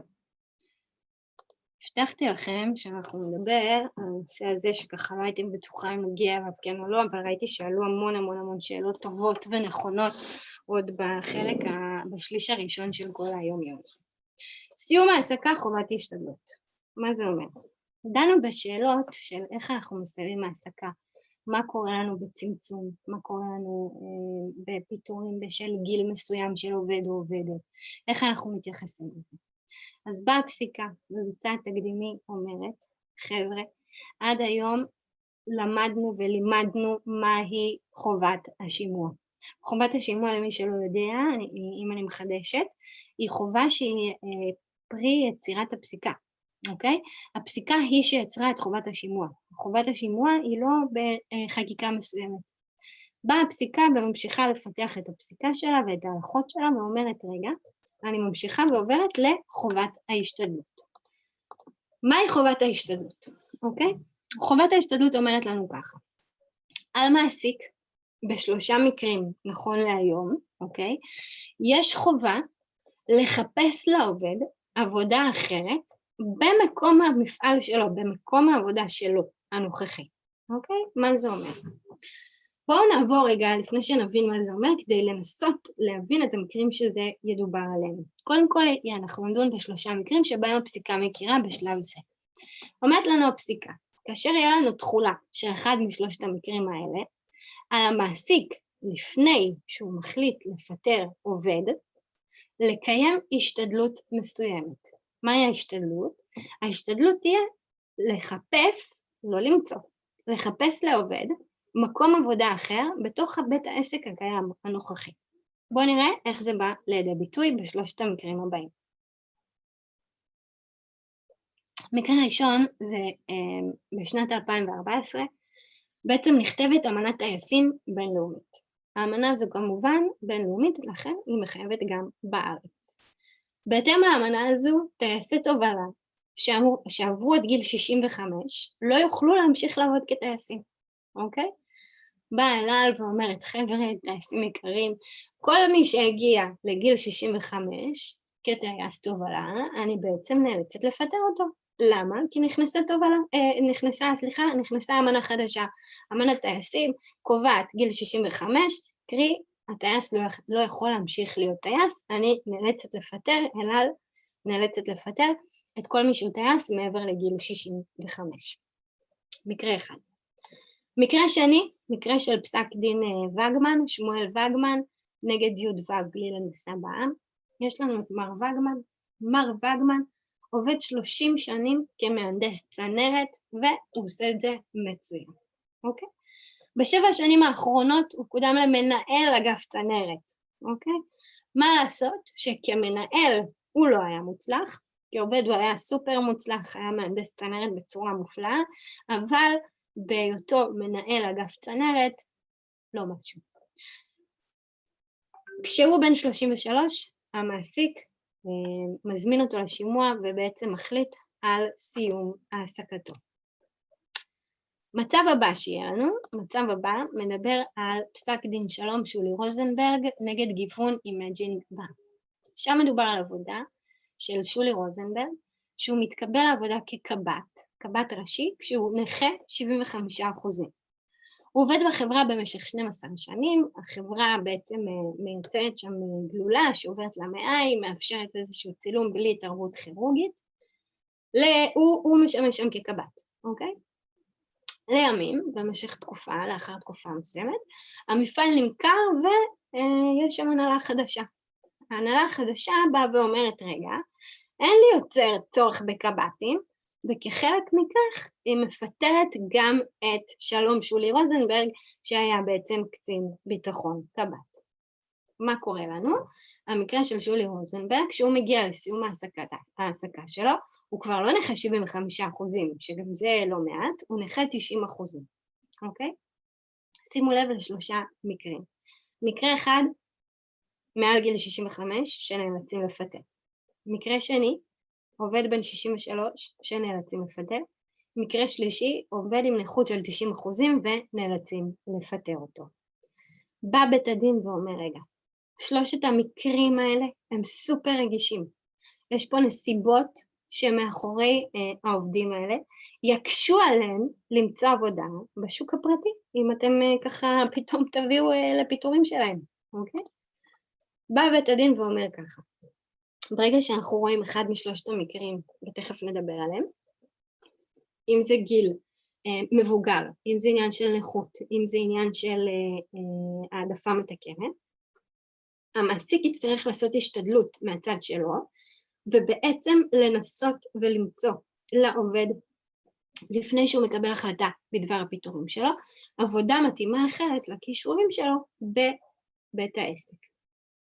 מה המקורות שמובילים את בית הדין בעצם להנחות לבצע את חובת ההשתדלות? אז המקורות הם ככה, קודם כל חובת תום הלב, אוקיי? חובת תום הלב היא ככה מקבלת משנה תוקף ויתר שאת כאשר מדובר במשפט העבודה. במשפט העבודה יש לנו פה גם כן חוזה, אבל זה לא חוזה שאני עכשיו הולכת לקנות ספה, התקשרתי בחוזה מסוים עם בית העסק, אם הספה יש לה קרע מסוים, אני מחזירה אותה לבית העסק וסיימנו, הוא יביא לי ספה אחרת, או שהוא יפצה אותי, אוקיי? מדובר פה ביחסים עם אלמנט אנושי, כשמדובר ביחסי עבודה. באלמנט האנושי יש לנו יחסים שהם מתמשכים, לא כמו קנייה של חפץ או מקורות כאלה ואחרים, אוקיי? בהתקשרות מכוח דיני העבודה, בית הדין קובע לנו שכל אחד מהצדדים צריך לדאוג בעצם לאינטרסים של הצד השני, וזה הבדל שהוא מהותי בין חוזה עבודה לבין חוזה שהוא מסחרי. בעצם הוא מגביר לנו את חובת תום הלב והופך אותה להרבה יותר מהותית בעולם העבודה. זה מקור אחד. מקור שני אומר לי, רגע, יש לנו גם את דוקטרינת הביצוע בקרוב. מה זה דוקטרינת הביצוע בקרוב? זו דוקטרינה שלקוחה לנו מדיני החוזים. בדיני חוזים יש מקרים שביצוע החוזה הופך להיות בלתי אפשרי לצד השני, אוקיי?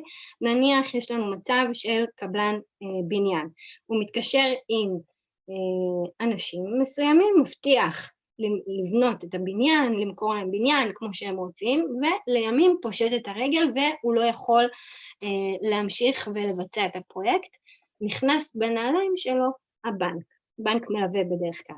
הבנק המלווה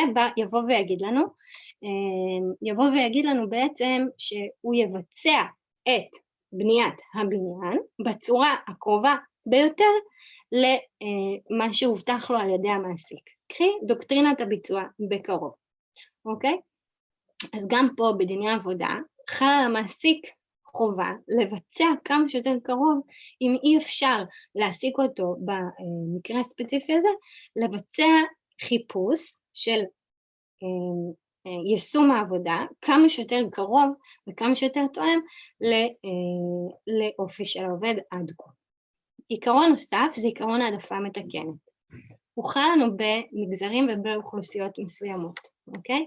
למשל, אנשים שעובדים עם מוגבלויות או נכים או נשים בהיריון, יש לנו את העדפה מתקנת, והם נותנים כוח דווקא למגזרים שהם מוחלשים יותר במקרים מסוימים, כי אנחנו יודעים שלמי שיהיה עם מוגבלות מסוימת, או למי שיהיה נכה, או למי שאולי אישה בהיריון, יהיה קושי מסוים, או למי שהגיע לגיל מבוגר יותר, למצוא עבודה בשוק, במשק, באופי שהוא יהיה זהה למי שאין לו את המגבלה המסוימת או את העדפה המסוימת הזו, ולכן זה נקרא עיקרון העדפה מתקנת, אוקיי? בא בית הדין ואומר לנו ככה, נראה לי שעכשיו שנייה רגע.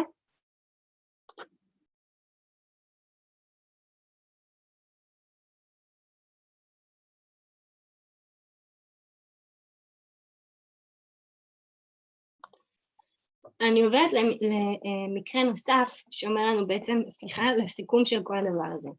אומר לנו ככה, באלו מקרים אנחנו נפעיל את חובת ההשתדלות, אוקיי? אז אחד אומר לנו, כאשר הסיבה לפיטורים לא נעוצה בעובדים, למשל כמו במקרה של אל על, אוקיי? יש לנו שם למעשה טייסים מצוינים, אבל הם לא יכולים להמשיך לעבוד נוכח האמנה, אוקיי? קרי, סיבה שהיא לא נעוצה בעובדים. יש לנו אמנה שאומרת, רגע, עובדים יקרים, טייסים לא יכולים להמשיך להיות טייסים מעל גיל 65, אוקיי? דוגמה נוספת, כאשר הסיבה לפיטורים לא נעוצה בבית העסק, היא כשיש שינוי מבני בעסק, כמו למשל במקרה של שלום שולי רוזנברג, שם הוחלפה ההנהלה, ההנהלה החדשה נכנסת ואומרת, רגע, אנחנו לא צריכים יותר מחלקת ביטחון, אנחנו נביא ביטחון בחוץ, קרי, יוצרים לנו שינוי מבני בעסק, המעסיק מחליט לבטל מחלקה, וזו לא סיבה שהיא תלויה בעובד, אלא סיבה שהיא חיצונית לפיטורים, אוקיי? אז במקרים כאלה שבהם הסיבה לפיטורים לא נעוצה בעובדים, באה הפסיקה ואומרת לנו, מעסיקים, אתם בעצם צריכים לעשות השתדלות מסוימת ולחפש, שוב אני אומרת לא למצוא, לחפש לעובד עבודה שתתאים לו, עבודה מתאימה אחרת בתוך בית העסק שלכם. במקרה השני, יש לנו מקרים שמדובר על עובדים מעל הגיל השלישי, אוקיי? ההנחה של הפסיקה היא של העובדים מעל הגיל השלישי, יהיה קושי מסוים לחפש עבודה בשוק, במשק החופשי, בצורה שהיא הוגנת, אוקיי? למשל, כמו במקרה של מר וגמן, הוא בן 63, הוא יוצא החוצה, אבל בגיל שלו יהיה לו הרבה יותר קשה למצוא עבודה, מאשר אם הוא היה בין 25, 30, או ככה קצת יותר צעיר, אוקיי? כלומר, הפסיקה לא עוצמת את עיניה, והיא נשארת ריאלית למצב בכלל המשק, ואומרת, גם במקרים כאלה, כשיש לנו גיל שלישי, אנחנו לא עוצמים עיניים, אנחנו לא אומרים בוא ניפטר מהם, אנחנו כן מנסים למצוא להם עבודה אחרת, אוקיי? יש לנו את השופטת חני אופק, שהיא ככה הצחיקה אותי, שאמרה את זה, אל תשליכני לעת פרישה, אוקיי? אז אולי זה ככה יסכם לנו את זה כמו שצריך, כמו על אותו משקל של אל תשליכני לעת זקנה, אל תשליכני לעת פרישה, תזכרו את זה, ודווקא אני אומרת כי שאלתם אותי בהתחלה, שאם אנחנו רוצים לעשות שינוי ולהצעיר את הגילאים של העובדים בעסק, אז שימו לב, נכנסת לכם פה חובת ההשתדלות, והיא הופכת להיות מאוד מאוד מאוד מהותית, ומקבלת משקל מאוד משמעותי בשנים האחרונות, אוקיי? המקרה האחרון והמקרה השלישי של חובת ההשתדלות, במקרים של העדפה מתקנת. מה המצב של מקרים של העדפה מתקנת? כמו אנשים שיש להם איזושהי מוגבלות מסוימת, או מגזרים של העדפה מתקנת וכולי. אז אוקיי, לא לשכוח לשים את הדגש כאשר יש לנו מקרים כאלה ואחרים. בואו נעבור רגע לשאלות שלכם.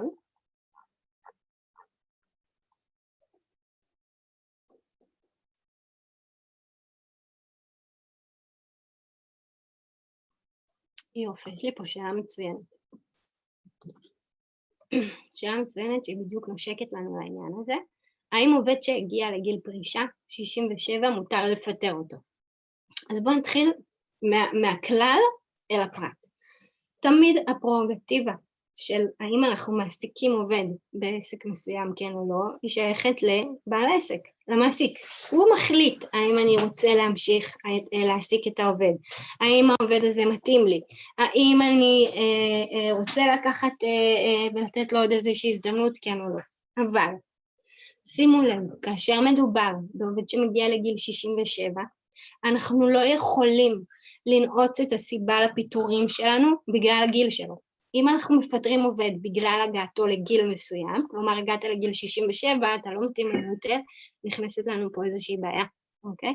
אנחנו צריכים לשקול את השיקולים הנכונים, להגיד לעובד, אוקיי, אולי הוא כבר לא נותן לנו את אותה תפוקה, אולי הוא כבר לא מתאים יותר לביצוע התפקיד, אולי התוצרים שלו הפכו להיות מאוד מאוד נמוכים, אוקיי? למצוא סיבות שהן נעוצות באופי התפקיד שלו, באופן ביצוע העבודה, ולא בגיל שלו. אם אנחנו נלך על כיוון של גיל, אנחנו בקלות נופלים למקום של פיטורים שלו כדין מחמת אפליה על רקע גיל. אז מאוד מאוד מאוד להיזהר עם המקרה הזה. כאשר, הוספתי לכם עכשיו את הנקודה, כמו שהיה לנו בפסק דין וגמן, שבפסק דין וגמן יש לנו עובד שהגיע לגיל 63, הוא כבר יתקשה יותר למצוא תעסוקה בחוץ, ולכן אנחנו למעשה צריכים לבצע השתדלות ולנסות למצוא עבורו עבודה בבית העסק. בואו נראה אם יש לנו עוד שאלות שקשורות בסיפור הזה. אין לנו. טוב, אני רוצה שנדבר קצת על קורונה, חביבתנו.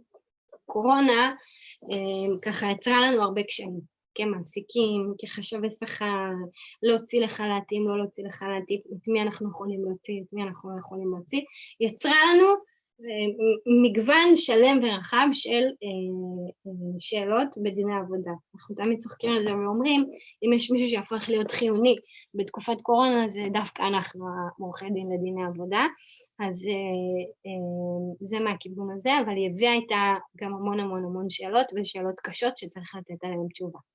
אז קודם כל אני אפתח ואומר שהקורונה, כל מקרה הקורונה, עדיין לא הוכרעו בפסיקה, אוקיי? מקרים או היססו להגיע איתם לבית הדין, ומקרים שכבר הגיעו איתם, בתי הדין ככה עוד לא נתנו את הפסיקות, ולכן אין לנו עדיין הלכות מנחות בעניין הזה.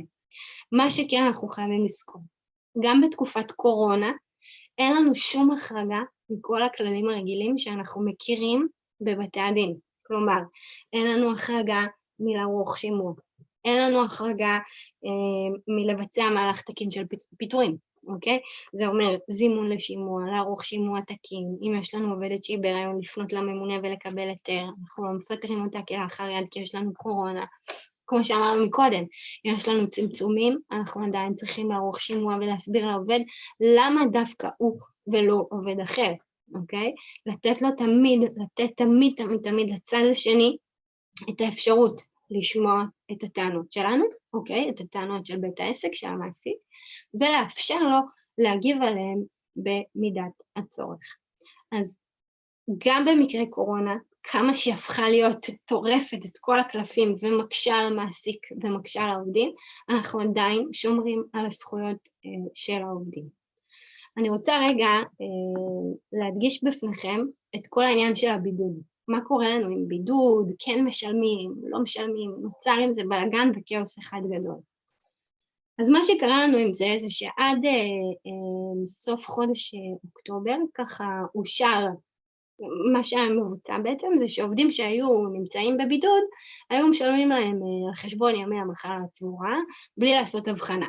בלי לעשות הבחנה אם הם חולים, ונדבקו בקורונה, או האם יש חשש שהם היו בקרמת חולי קורונה, או חשש להתפרצות הנגיף בגוף שלהם, והם לא חולים למעשה, אבל הם נדרשים לבידוד. אז באה ככה הפסיקה ונתן בג"ץ איזושהי הנחיה, ואמר רגע, אנחנו חייבים לעשות הפרדה, אוקיי? אני אעלה בפניכם את המצגת הרלוונטית, שנייה אחת.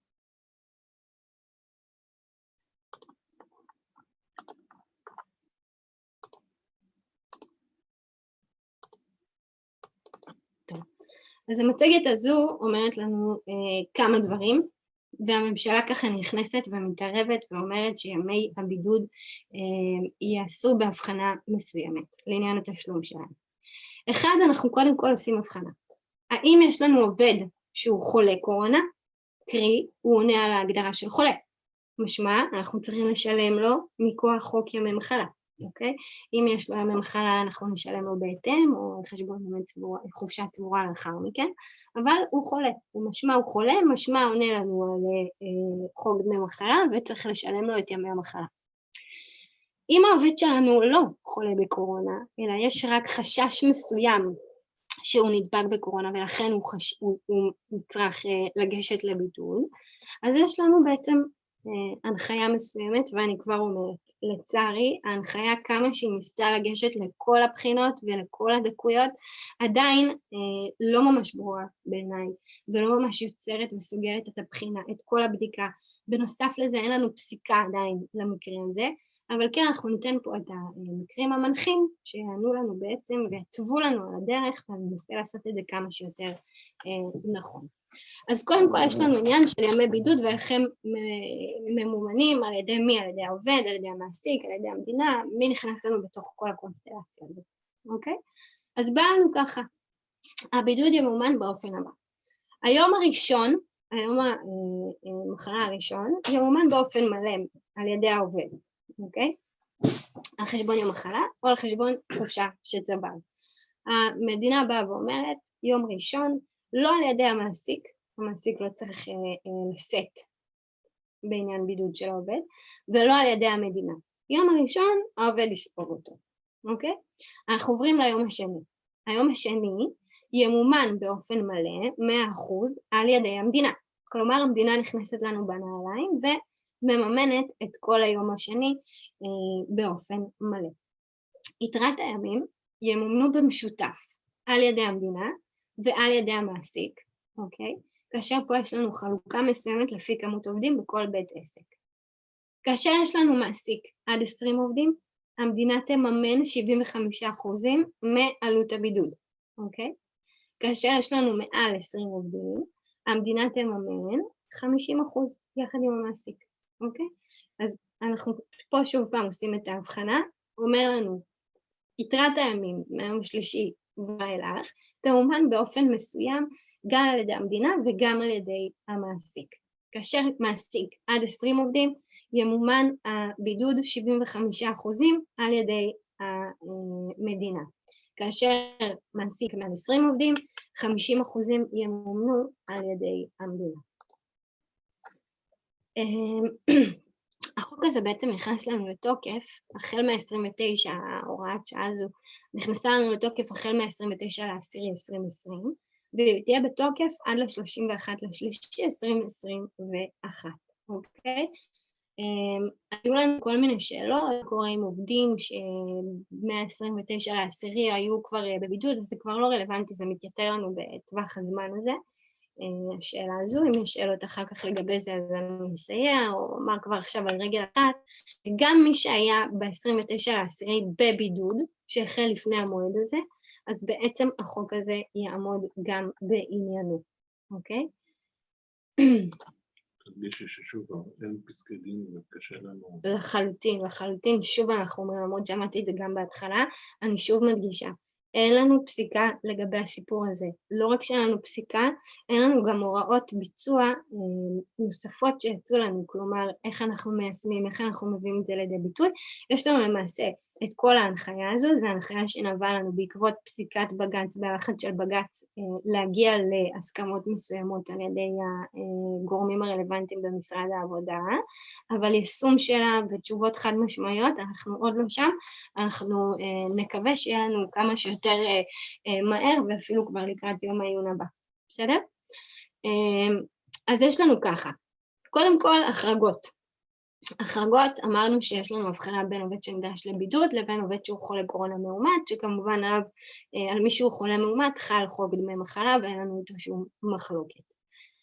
החרגה לעניין הזה היא שהחוק לא חל על אנשים שנדרשים להיכנס לבידוד עקב כך ששהו בחו"ל, למעט אם השהייה בחו"ל הייתה בשליחות המעסיק. מה זה אומר? מי שטס לחו"ל כי פתחו את השמיים, והכל היה נראה ורוד מדי, חוזר מחו"ל ובעצם לומד שהוא נדרש להיכנס לבידוד כי המדינה הפכה אדומה, כי הממשלה החליטה לשנות נהלים וכו' וכו', לא משנה מה. אם זה בעקבות שהייה בחו"ל שאינה בשליחות של המעסיק, המדינה לא נכנסת פה בנעליים ולא במימון, ואין לנו שום עניין עם השתתפות מהמדינה, אוקיי? העובד הוא בדרך כלל זה שיצטרך לספוג את כל העניין של ההרפתקה המסוימת הזו שיצא עליה, ככה נקרא לזה, אבל את כל העניין של הנסיעה לחו"ל, ככה הוא יצטרך גם לספוג את הבידוד מחו"ל, אוקיי? אם הנסיעה לחו"ל הייתה כמובן לצורכי עבודה, ויש לנו סניף מסוים או עסקה מסוימת מחוץ לגבולות המדינה, והעובד נסע לחו"ל לבקשת המעסיק ולצורכי עבודה, וכשהוא חזר מחו"ל הוא מתבקש להיות בבידוד, אז כמובן שהחקיקה הזאת תחול עליו, ההוראה הזאת תחול עליו, אנחנו לא נחריג אותה, יש פה גם היגיון מסוים, יש פה הגינות מסוימת, אוקיי? וזה לגבי זה. הוראה מאוד מאוד חשובה לגבי הסיפור הזה. אומר לנו שימי הבידוד יזקפו על חשבון ימי מחלת העובד, כבר מיום הבידוד הראשון ועד סופו, אבל לניצול של 4 ימי מחלה לכל היותר. כלומר, אם יש לנו עובד, הוא נדרש ל10 ימי בידוד, כמה נוכל לנצל לו? לכל היותר 4 ימי מחלה, לא יותר מזה, אוקיי? אז 4 ימים זה הלימיט שלנו לעניין ניצול. מה שאני ממליצה, ואני ממליצה את זה גם למעסיקים שלנו, שאני ככה מכינה עבורם תלושי שכר, אנחנו נותנים הנחיה לפתוח רכיב נוסף במערכת השכר, ולקרוא לו בידוד קורונה, אוקיי? בידוד קורונה, או להחריג ככה את השם שלו, שיהיה לכם ברור שזה לא מחלה רגילה. למה? אנחנו שמים לב שהוראות השעה כל הזמן מתעדכנות. היום יש לנו עדכון כזה, מחר יהיה לנו עדכון אחר, גם היום שיש לנו עדכון מסוים, אנחנו עדיין לא יודעים ליישם אותו עד הסוף. יהיה לנו מצב שעוד כמה חודשים נניח, מעסיק יבוא, ירצה לתבוע את החזר של הימים שלו. הוא לא ידע כבר לעשות הבחנה, אם זה עובד שהיה בבידוד, האם הוא היה חולה והוא נכנס למחלה בגין קורונה, או זה רק חשש. אז ההמלצה שלנו היא כזו. כבר ללכת ולעשות את זה באופן מסודר. זאת אומרת, לפתוח רכיב שכר נוסף בתוכנת השכר, לקרוא לו בידוד קורונה. כל מי שהיה בבידוד ולא במחלה של קורונה, לשייך אותו לתוך הרכיב הזה, כאשר אתם רושמים שם במדויק את מספר הימים שהוא נדרש לבידוד. תאמינו לי שזה יעשה לכם פלאים וסדר, שכאשר אתם תדרשו להגיע ולדרוש את הכספים האלה, את המימון הזה מהמדינה, יהיה לכם הרבה יותר קל. אפשר כבר בתוכנת הנוכחות לעשות את זה. גם בתוכנת הנוכחות, מצוין, זה רעיון מעולה. מי שעובד עם תוכנות נוכחות שאפשר לשנות בהם או להגדיר בהם שמות רכיבים מסוימים, גם בתוכנת הנוכחות, במקום שזה יקרא מחלה רגילה, לקרוא לזה בידוד קורונה. בידוד קורונה יישתל באופן אוטומטי לתוכנת השכר, יעשה עבורכם כבר את העבודה, ואתם תהיו חכמים יותר, רגועים יותר, תסדרו את הדרך ואת הצעדים שלכם כבר מעכשיו, אוקיי? אז זה לגבי הסיפור הזה של כל הבידוד הזה. אני רוצה לראות קצת שאלות שלכם, אבל לפני שאני עוברת לזה אני רוצה לדבר על עוד נקודה אחת שהיא ככה חשובה לנו. לפני סיום ושאלות. כן, לפני סיום ושאלות, נכון? דבר אחד שהוא מאוד חשוב. יש לנו הרבה מעסיקים שככה נופלים על מצב שאומרים לי, רגע, אבל אין לו עובד ימי מחלה צבורים, אני לא מכניס למינוס, זה לא הנוהג, מה עושים במקרה כזה? אז ההוראת שעה הזו עומד לנו גם כאן. מי ששוהה בבידוד ולא קיימים לזכותו ימי מחלה צבורים, הוא ייכנס ליתרת ימי מחלה שלילית, על חשבון ימי מחלה שיצבור בעתיד, והמעסיק לא נדרש למעשה לקבל את האישור של העובד על כך, אוקיי? אז יש לנו פה היתר להכניס לימי מחלה שליליים, ללא צורך בהסכמת העובד, ומה קורה אם מסיימים העסקה והוא לא יצליח להתגבר על הימים השליליים האלה. אנחנו בעצם נאלץ לקזז את ימי הבידוד השליליים מימי החופשה הצבורה של העובד, ואם לא נותרו לעובד ימי חופשה, הוא לא יהיה חייב בגין ימי המחלה השליליים הנותרים, ולא יהיה ניתן לנקות ימים אלה מסחרות. שימו לב, זו הוראה סופר חשובה, היא מאוד מאוד הולכת לטובת העובדים במקרה הזה, ושוב ככה לצערי המעסיקים מוצאים אותם בעוד שוקת שבורה, עם התמודדות עם כל ההליך הזה של הקורונה. אבל זה מה יש לנו כרגע, לא ככה? טוב, בואו נראה קצת שאלות לגבי כל הסיפור הזה.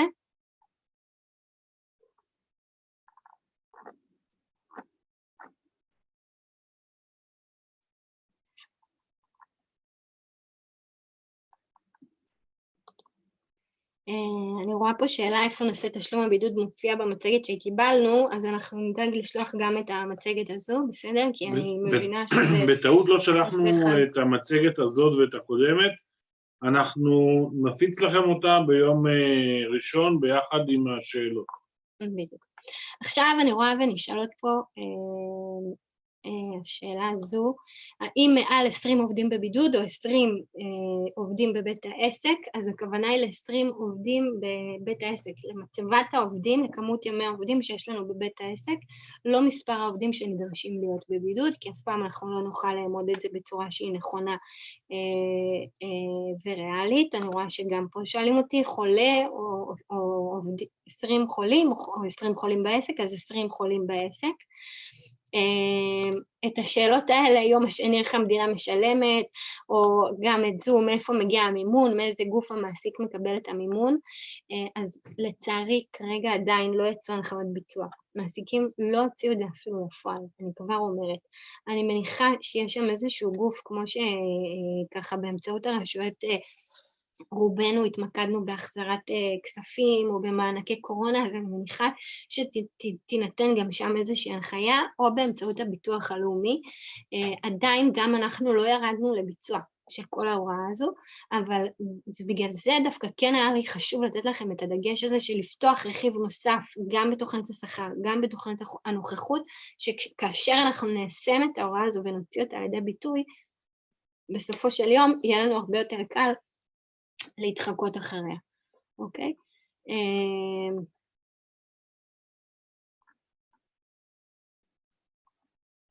אני נשאלת פה לגבי, זה נכון גם לגבי בידוד של חולה מאומת, אז לא, זה לא נכון. אמרנו שלגבי חולה מאומת, יש לנו את עניין ימי המחלה, הרי בעצם הפסיקה עשתה הבחנה ואמרה, חולה מאומת, הוא בעצם חולה. אם הוא חולה, הוא מתאים לאי כושר שנקבע בחוק דמי מחלה.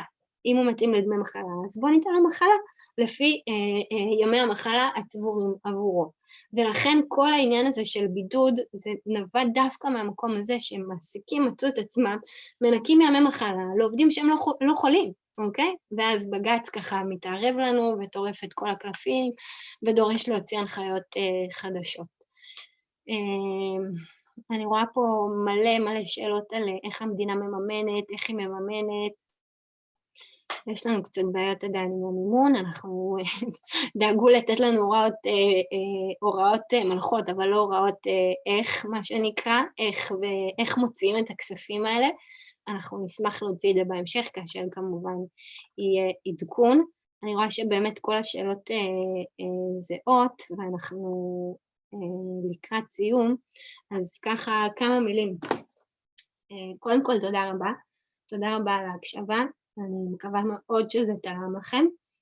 ככה באמת הבאנו נושאים שנמצאים ככה לפרק לא מעט, גם עבור מעסיקים שאני מניחה שנמצאים כאן, גם עבור חשבי שכר שבוודאי נמצאים כאן, גם לגבי מנהלי מערך משאבי האנוש שגם הם נמצאים כאן, וככה כל הקודקודים הואשמו במידע חדש.